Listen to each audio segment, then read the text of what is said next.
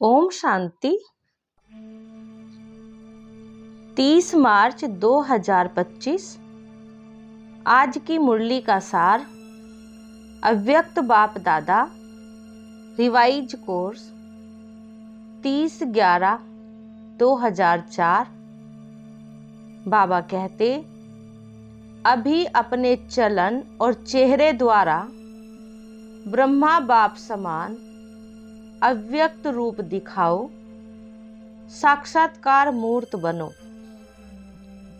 आज भाग्य विधाता बाप अपने चारों ओर के श्रेष्ठ भाग्यवान बच्चों को देख हर्षित हो रहे हैं। सारे कल्प में ऐसा श्रेष्ठ भाग्य किसी का भी हो नहीं सकता। कल्प कल्प के आप बच्चे ही इस भाग्य का अधिकार प्राप्त करते हो। याद है अपना कल्प कल्प के अधिकार का भाग्य।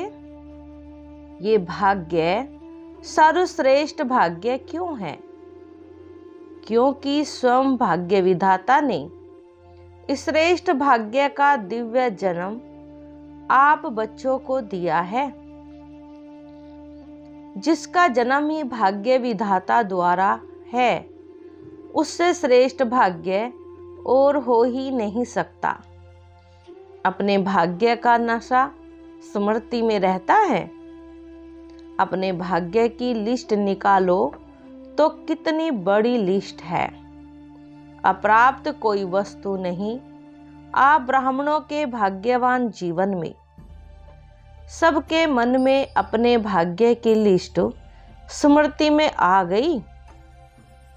स्मृति में लाओ। आ गई स्मृति में।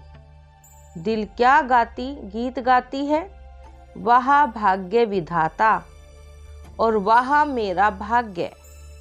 इस श्रेष्ठ भाग्य की विशेषता यही है, एक भगवान द्वारा 3 संबंध की प्राप्ति है।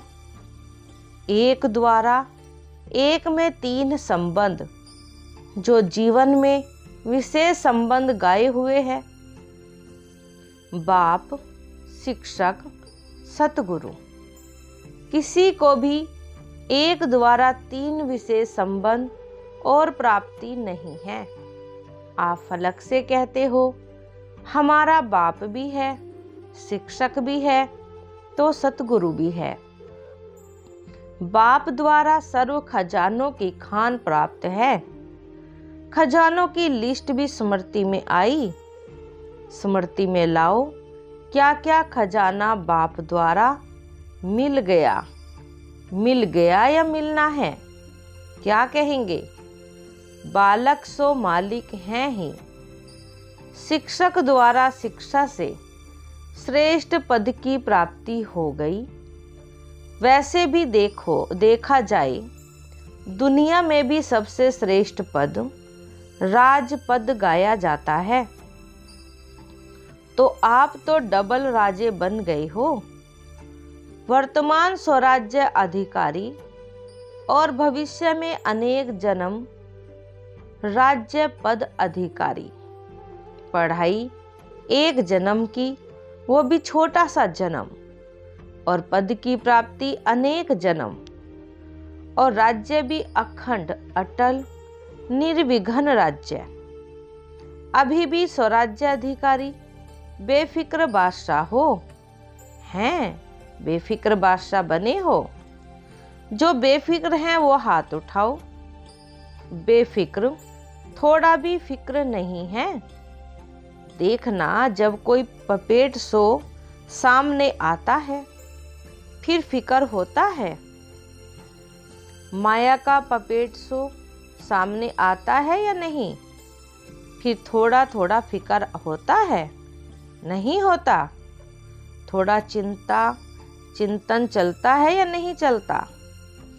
वैसे श्रेष्ठ भाग्य अभी से बेफिक्र बादशाह बनाता है। ये थोड़ी बहुत जो बातें आती हैं वह और ही आगे के लिए अनुभवी परिपक्व बनाने वाली हैं। अच्छा वरदान है, नम्रता और अथॉरिटी के बैलेंस द्वारा बाप को प्रत्यक्ष करने वाले विशेष सेवाधारी भव। भावार्थ है, जहाँ बैलेंस होता है वहाँ कमाल दिखाई देती है।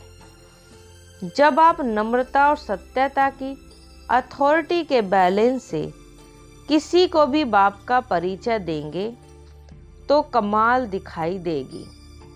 इसी रूप से बाप को प्रत्यक्ष करना है।